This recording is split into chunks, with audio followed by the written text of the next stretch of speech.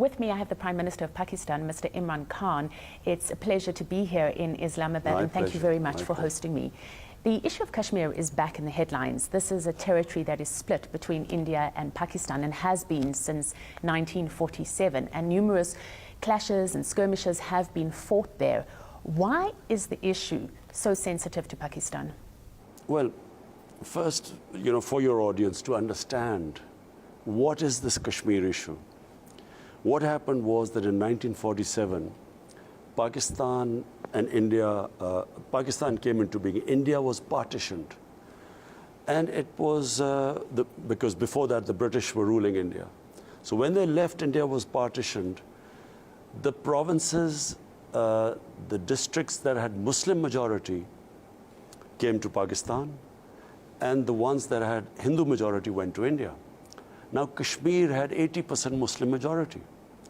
And unfortunately, through various sad events, which should not have happened, because this should have been settled at the time of partition, Kashmir became part of India. There was a fight between India and Pakistan. There was a ceasefire line.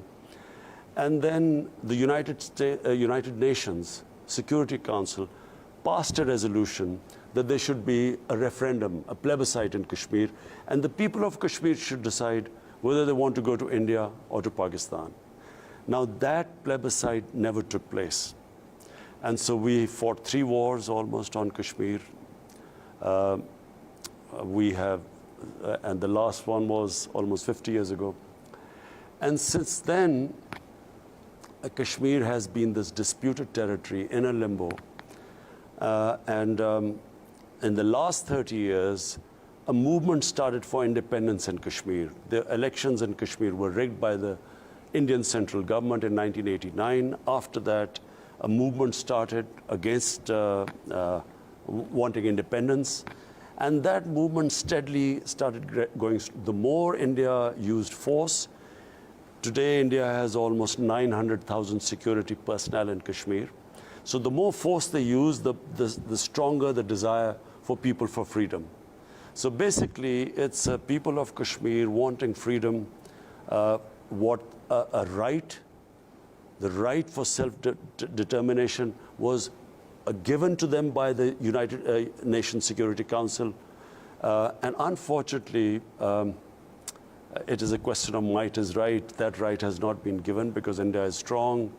And recently, the whole issue now is that unilaterally, India has annexed Kashmir. So it no longer is a disputed territory as far as India is concerned. They have made it a part of India.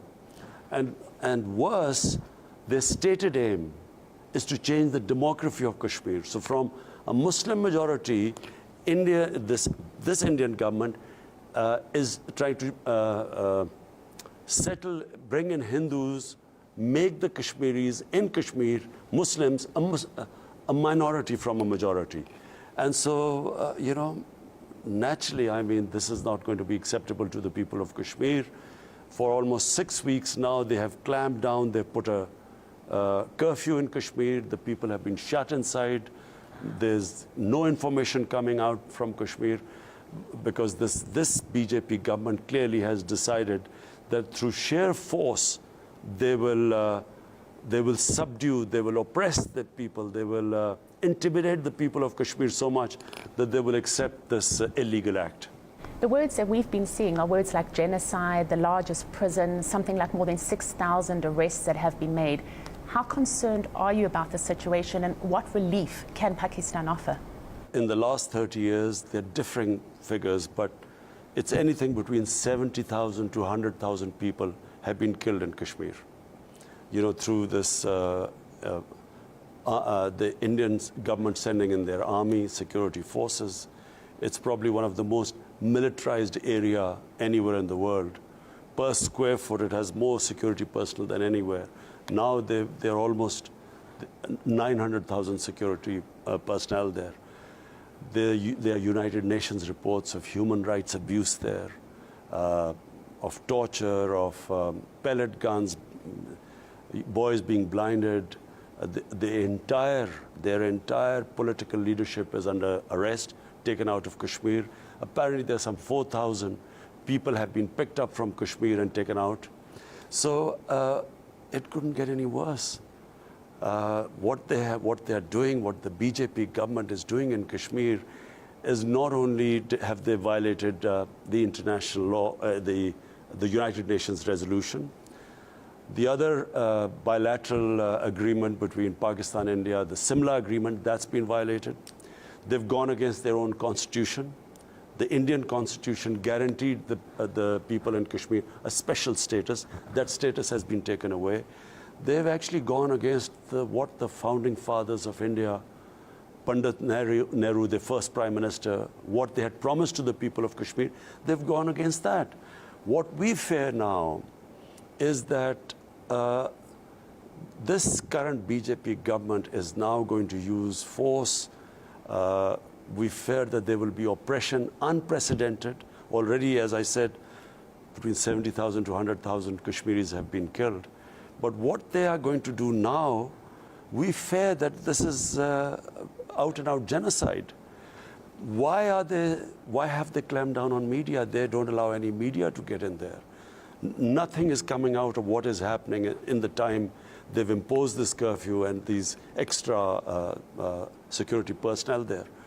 They did not even allow the leaders of the opposition parties to visit Kashmir. They didn't allow them there. So what are they trying to hide? Sadly, I would have expected the world to react much more than it has. Why do you think the world hasn't reacted? I feel that, markets, trade, material gains, I'm sad to say, are much more important than human beings.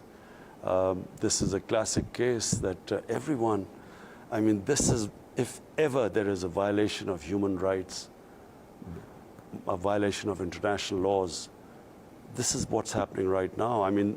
The Fourth Geneva Convention, Article 49, I think, it's a crime to try and change the demography of an area which is a disputed area, which does not belong to India. And to change the demography of that area is a war crime. So, here is a government which has broken every law, every humanitarian law. And unfortunately, so far, the response of the international community is not what we expected. The United Nations rights chiefs called for an international commission of inquiry to be set up. It almost suggests that the situation there is as bad as it was or has been in Syria. Would you say that it could be that bad? Well, it could be much worse, because all we know is 8 million people are under siege. And no news is coming out of what is happening to these people. Now, 8 million people, and I'll just digress. Let's just look at the BJP government which is doing this. You would not expect in a normal democracy for a thing like that to happen. But my fear is that India has been taken over by an extreme ideology, the RSS ideology. Now, for your viewers, it's important to understand what is RSS. RSS was a political party which came about in the 1920s, inspired by Adolf Hitler and Mussolini, by the Nazi party. This party believes in racial superiority, in the racial superiority of Hindus. It does not consider other minorities as equal citizens. This is the manifesto, the ideology of the founding fathers of RSS. This RSS was an extreme organization. And as I said, it believed in the final solution, what Hitler did to the Jews. But this RSS ideology is what assassinated Mahatma Gandhi, probably arguably India's greatest leader, who played the biggest part in the freedom of India. Gandhi was assassinated by an RSS ideologue. This RSS was banned in India 3 times as a terrorist organization. And unfortunately, this RSS has taken over India. You see, every human society has its extremes, its liberals, and then majority are moderate. Problem happens in a human society when an extreme takes over that society. This is what happened when the Nazis took over Germany. This is exactly what is happening in India right now. They are being governed by this extreme ideology which does not recognize their constitution, international law, human rights, what the promises were made by the first Prime Minister to the people of Kashmir. They don't recognize anything because they do not consider other people equal to their idea of the supremacy of the Hindus. So this is, I fear not just for people of Kashmir, I fear for what is going to be happening to almost 200 million Muslims who live in India, to the Christians who live in India. I fear that this ideology will be in past, whenever it has taken over a country, it's extremely destructive because it excludes other people. It's not an inclusive ideology. India is a huge country, 1 billion people plus, taken over by this mindset. I think it spells danger not just for Kashmiris, not just for the minorities specifically. I mean, 200 million people, Muslims living in India. This is not a small number. I believe they're all at threat. And what is happening in India, if you can verify this, there are people, there are journalists in India, you can verify this is not the India I knew. I knew India very well. I used to play cricket there. This is not the India I knew, and I'm afraid this is not the India of Nehru and Gandhi, the founding fathers of India. So what we're talking about in Kashmir is actually happening in India-controlled Kashmir. What I understand from what you're saying is that there's the fear that that's just really the beginning and it's ultimately going to spread. And that's why the international community needs to pay more urgent attention. My fear is that a fascist, racist ideology has taken over India. Specifically, it is anti-Muslim. And if you read the accounts of their founding fathers, they openly considered the Muslims as who should have been ethnically cleansed from India. They believed in the racial purity of Hindu, and the Hindu civilization could not reach its peak because of the hundreds of years of Muslim rule. They openly talk about teaching the Muslims a lesson. I'm afraid the Prime Minister Narendra Modi belongs to this RSS ideology. When the Gujarat riots took place, I believe in 2002, he was the Chief Minister. For 3 days, they did not allow, they allowed these mobs a free rein to spread terror, kill thousands of Muslims. 100,000 Muslims were made homeless. So I fear that this ideology will not just stop in Kashmir. I feel that they will, Pakistan is at threat. They will try to take the world's attention from what is happening in Kashmir by diverting attention to Pakistan by some sort of a false flag operation. By that I mean they will, blame Pakistan for some incident that might happen in Kashmir and divert attention by, like they did before in February, they attacked us when a suicide attack took place in Kashmir. I fear they will do the same again. Because what we're hearing from India's National Security Advisor is that they'll only lift the communication sanctions and the communication restrictions that you referenced once Pakistan stops sending what they call terrorists across the border and stops fomenting unrest. You see, this is what we expected. In February, what happened? A 20-year-old boy blew himself up and killed Indian soldiers. Now that Kashmiri boy, the parents said was brutalized by the police, radicalized by the security forces. They blamed Pakistan for that. We immediately asked them, look, if you have any proofs, we will take action against the people. They sent their jets to attack Pakistan, and few days later came these proofs. So they used that incident not only to divert attention to Pakistan, diverting attention from the human rights abuse taking place in Kashmir, as there are two UN reports on the human rights abuse in Kashmir. So they diverted attention. And then also, this anti-Muslim vote was mobilized by the BJP. They won by a bigger majority because they came as, teaching Pakistan a lesson. And this jingoism, this war hysteria, I feel there will be more of the same because they will again try, what you are saying is absolutely right, they will try and divert attention from clearly what we fear is genocide, because they will only be able to change a Muslim majority area from a Muslim minority through genocide, through ethnic cleansing. And they want to divert the attention by this bogey of terrorism. India also says that what's happening in Kashmir is an internal affair. And I guess an argument that supports that is that one doesn't want the international community too engaged in conflicts elsewhere. What would your response be to that? Well, it would be an internal affair if Kashmir was part of India. But according to the United Nations Security Council resolution in 1948, and there were 11 resolutions, it's a disputed territory. It's between Pakistan and India.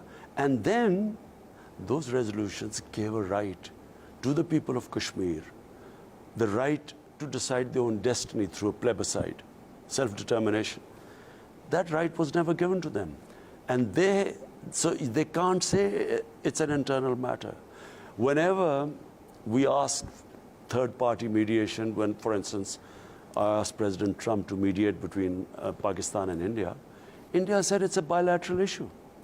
So when we try to talk to them, they say Kashmir is an internal issue. So, I mean, we are going round and round these circles.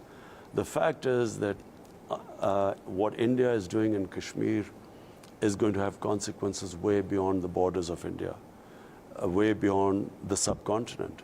Because, this is now going to become a nuclear hotspot. If this becomes a flashpoint of a conflict between India and Pakistan, this will be the first time that two nuclear-armed countries come face to face, and this is after the Cuban crisis. And this is why the world should now act. This is a disputed territory. The United Nations has a responsibility to act now. And it's not good enough to just make statements. They have to go further than just statements. Will you take a resolution to the UN at the end of September? Of course, I'm going to, in my address to the United Nations General Assembly, of course I'm going to say that it's a responsibility of the international community, the world community. And United Nations came into being after the Second World War specifically to address such issues. And they cannot put their head in the sand. This is a different situation now. This can impact, as I said, it's outside the Indian subcontinent. It can impact the world. And this is the time to act. And I believe that the RSS ideology, this extreme racist, fascist ideology that has taken over India, a small group of ideologues have captured over 1 billion people armed with nuclear weapons. The world community has to act. And do what? What do you want to see the world community do? The world community has acted before. It put sanctions. It put sanctions where it hurts, trade. I mean, but inaction is not an option. Because this, as I repeat, this will have consequences. This is not going to finish off, if we ignore it, it's not going to disappear. At the moment, there are 8 million people who are threatened by this extreme ideology. Do you think the situation will get worse before it gets better, assuming it gets better? I think it all depends upon the way the international community reacts, how the United Nations reacts. Much more importantly, how the G7 reacts. Because you see, I can understand that countries are reluctant to act against countries where they have trading ties, where they have, and in the case of India, a huge market. And so they look upon India as a way, they can trade and then employment in their own countries. But I'm afraid this is a situation that could spiral out of control. And here am I as the Prime Minister of Pakistan. I feel that this situation is explosive. This 8 million people put under curfew, all their rights denied. God knows what's happening there. For all we know, there are these RSS gangs going in there and picking up people, killing people. They've done that in the past. You know, the RS gangs, I mean, they're just like the Nazi brown shirts. They were doing exactly the same sort of thing. These people have been trained in RSS camps, you know, who have all over India terrorized people. So what is happening to the people of Kashmir will have big reaction. It's not just going to have reaction in Kashmir. It will eventually have a reaction amongst the 200 million people, Muslims living in India. It will have a reaction in 1.3 billion Muslims all over the world, because they will be seeing this situation of Muslims. They've already saw in Myanmar where Muslims were ethnically cleansed. Now this 8 million Muslims under threat by a Hindu extreme government of extremists. And I think that's why I feel that not acting is not an option. Just because it's a huge market, India, and sitting and watching this tragedy unfold, I'm afraid it's not an option. I think people would be hard pushed to disagree with you that there's a role for the international community to play, that it's not stepping up to. But what is Pakistan doing right now to actually bring relief to those people who are facing this crisis in Kashmir? There's nothing Pakistan can do. You know, there's no relief we can send there. The borders are closed. Secondly, the only thing we can do is approach the international community. Of course, we will use every forum, human rights. We are thinking of the International Court of Justice, United Nations General Assembly. Every forum we will use. We will knock on every door. The problem is, no one should expect that now any bilateral talks between India and Pakistan are going to solve anything. That stage is long gone. The only way is, you know, of course, the United States, President Trump, he offered to mediate. India refused, saying it's a bilateral issue. Clearly, it's not a bilateral issue. They've made it into a unilateral issue. So the only way is if, you know, of course, the United States, Russian President, Prime Minister Putin, he's a powerful man. He's a big voice in the world. President Xi of China, you know, big powers, France, Germany, Britain, they can play a role. Do you think President Trump, had he not been blocked by India, understands the problem and is able to solve it? But I think President Trump did not fully realize that how he would be blocked by India, because India knows that the moment the international community starts taking an interest in Kashmir, they will know what is going on there. They will know how the people of Kashmir in the last 30 years, I mean, this is not a small number, 70 to 100,000 Kashmiris killed in this. They will know the truth. As the United Nations Human Rights Report has come, two reports about all the abuses taking place by the Indian security forces in Kashmir. Do you think President Trump, had he not been blocked by India, understands the problem and is able to solve it? Well, our United States, I mean, you know, look, they are the most powerful country in the world. If anyone can, you know, solve it, is the U.S. But then U.S., if it puts its weight behind the United Nations, and then, you know, it can, the other countries, Russia, China, the European countries, I mean, they have to understand, look, it's very important to understand this problem could spiral out of control. And spiral out of control, I mean, you hope for the best, but people should be prepared for the worst. The worst in this case is the unimaginable. Two nuclear-armed countries getting into conflict. Mr. Prime Minister, what do you think is the solution for Kashmir? There is only one solution. what the United Nations Security Council had promised the people of Kashmir, the right for self-determination. Let them decide what they want. This is what democracy is all about. And you think one day we could see potentially a sovereign Kashmir? I'm an optimist, born optimist. Remember, I was a sportsman, and sportsman has to be optimist. I believe that,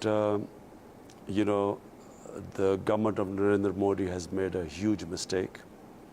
What they have done is they have taken a step where if they go all the way, they will have to massacre at a level which clearly will be unacceptable even right now when the world is sitting back.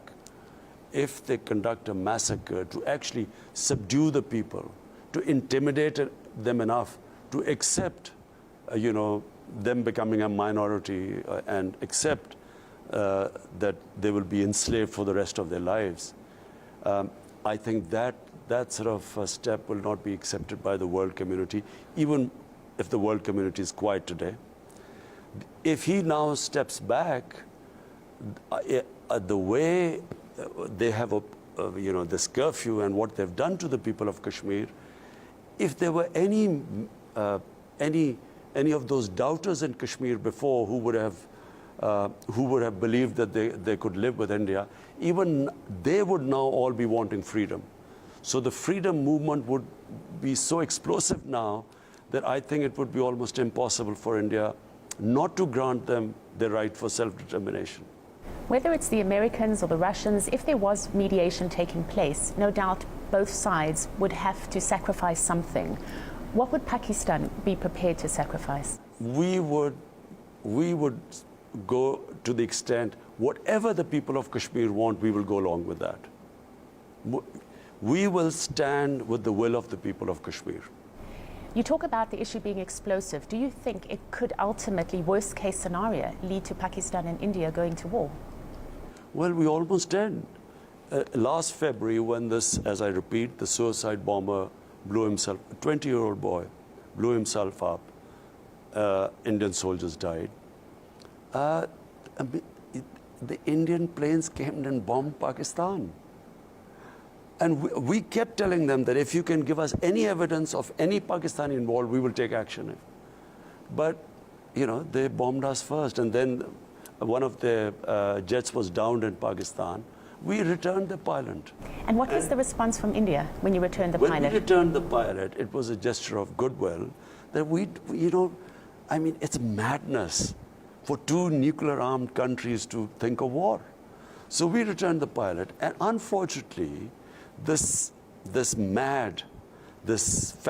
mindset, which is RSS mindset, they took it as a big victory that Pakistan is scared of India. That's why we've returned the pilot. So this is why I'm saying the world community must act, because we are not dealing with rational people there. This is not a rational government. RSS is not a rational ideology. The Nazi ideology of racism, Aryan race, racial superiority, and other races sort of, being almost at the level of animals is not a rational ideology. So we are up against this irrational madness. And that's why I keep repeating, to expect Pakistan now to resolve this issue through bilateral talks, that is a pipe dream now. It's over. The international community has a responsibility now. Is there any chance of any kind of relationship improving between Pakistan and India under Prime Minister Modi? Well, as long as they are putting curfew on 8 million people of Kashmir, and as long as they have taken away their special status and revoked Article 370, there is no question of talking to them. I mean, if they withdraw from this and they lift the curfew, yes, then you can talk. But right now, there's no question. For years, India has accused Pakistan of being lenient on terror groups. What is your response to this? Well,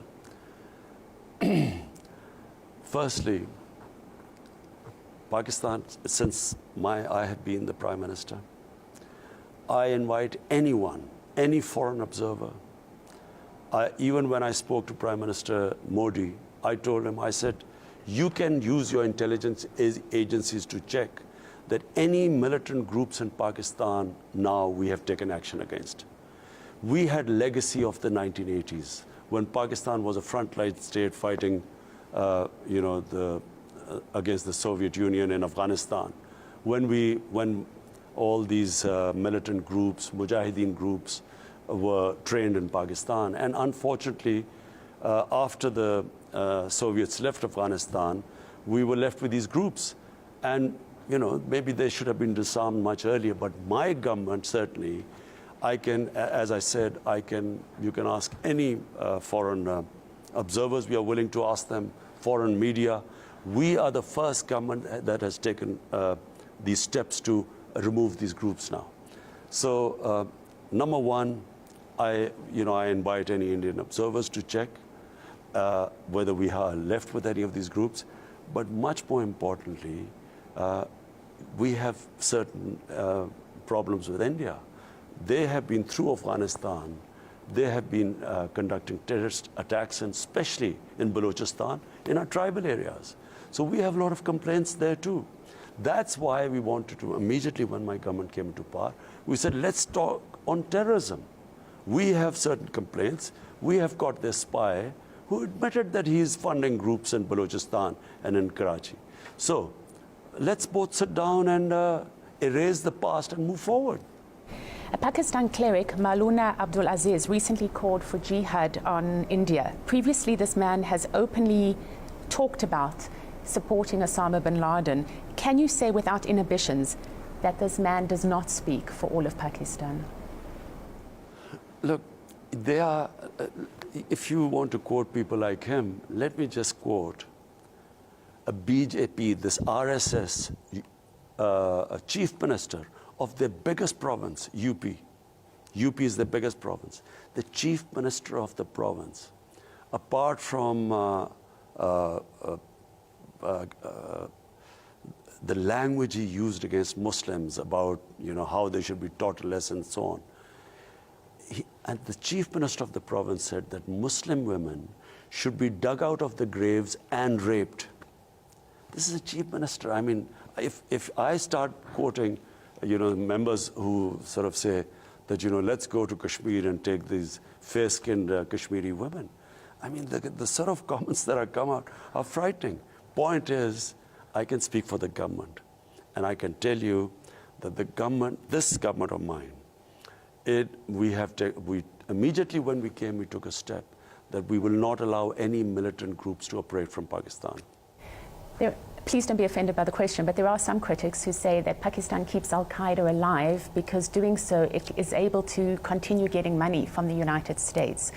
Why has Pakistan not been able to defeat Al-Qaeda and the Taliban after all these years? Number one, Al-Qaeda does not exist anymore. This idea that we would use Al-Qaeda to make money. I mean, what Pakistan in the war on terror, when we participated in the US war on terror, Pakistan lost 70,000 people. We had 70,000 casualties in the war. Secondly, this country lost over $100 billion. Our economy lost over $100 billion. The aid which we got was $20 to $30 billion at most to fight this war. The country lost far, far more than any money we got. And in terms of human lives, I don't think any country lost so many human beings as we did in this war on terror.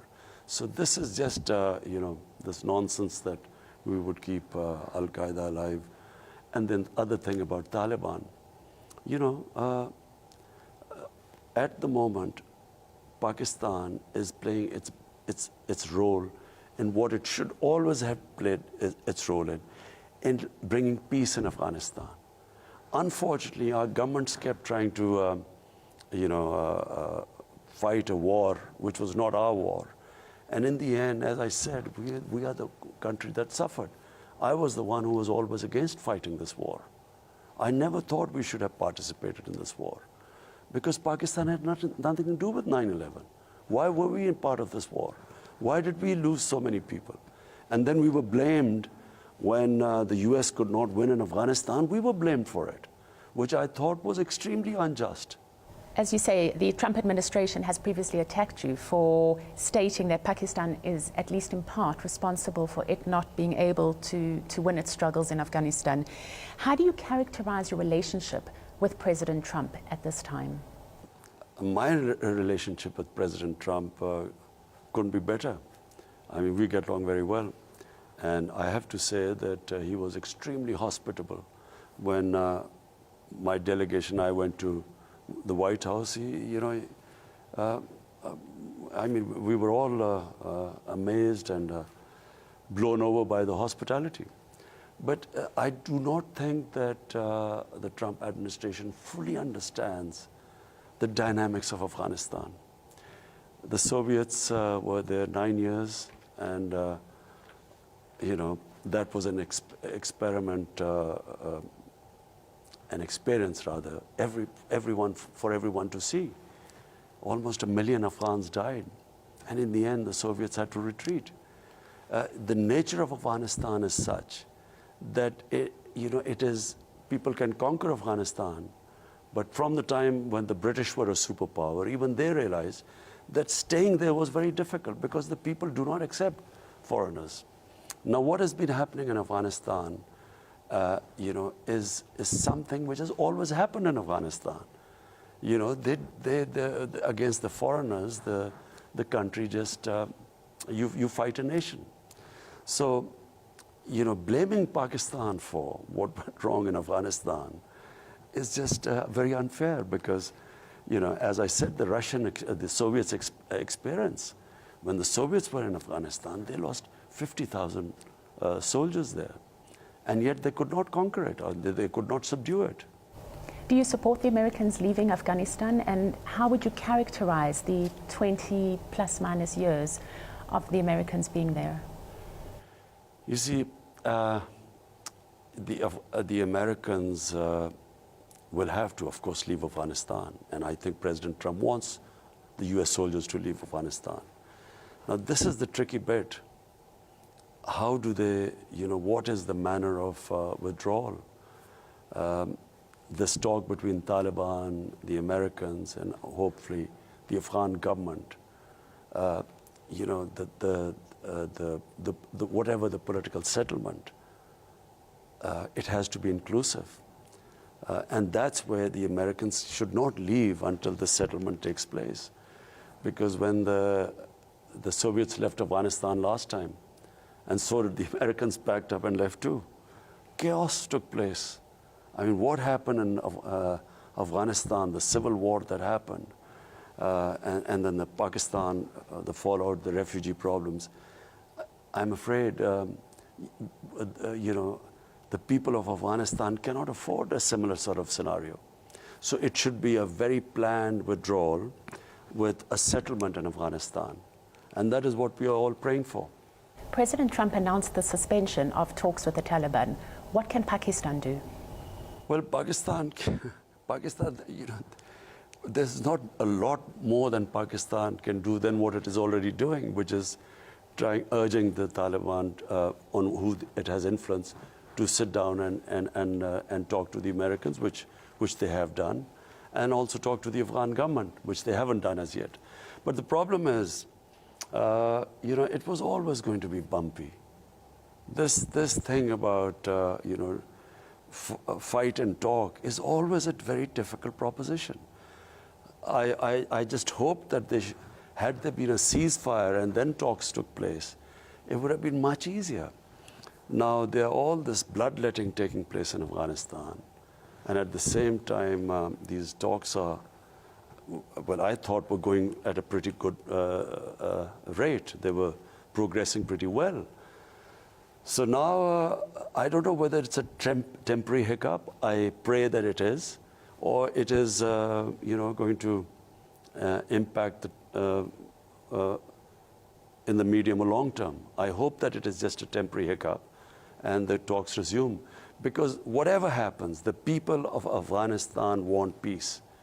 For 4 decades, there has been bloodshed there, and we all pray that these talks bring in peace.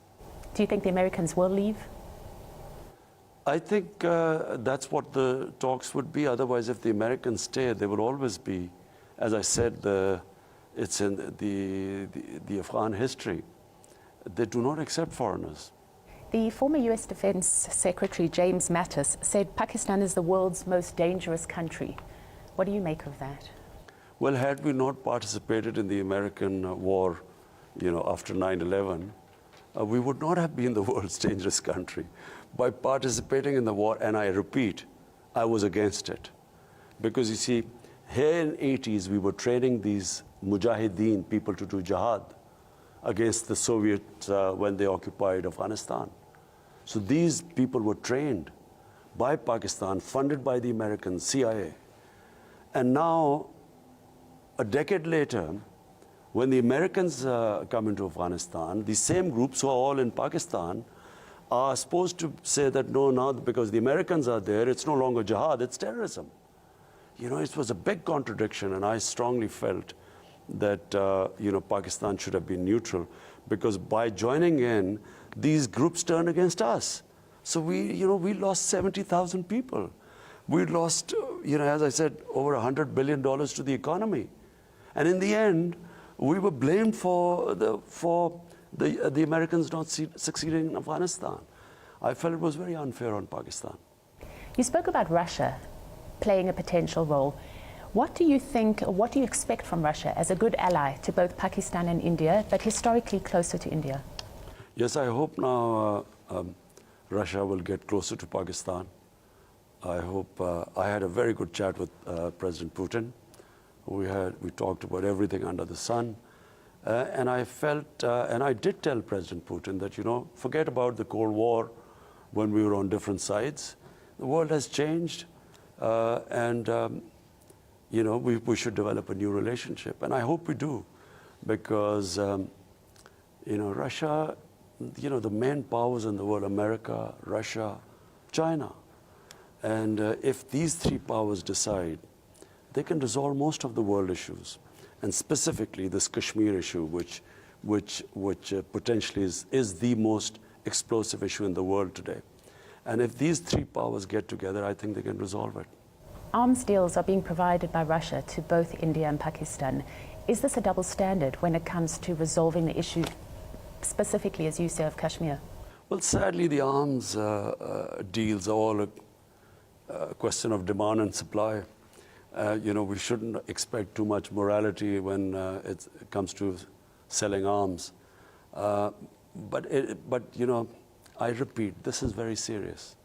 This could all go very wrong, this conflict between Pakistan and India, simply because, we are two countries who have nuclear weapons. And that's why I think there is a big incentive for the world to step in now. What is Pakistan's nuclear strategy that was recently misquoted? Is it no nuclear first strike policy, or does it depend on the circumstances? Look, I can't say, I never in my life did I ever imagine that I would have to be thinking in these terms. No rational human being can think of a nuclear war. I'm talking about rational. What is the government in India is not rational. It's not a rational government.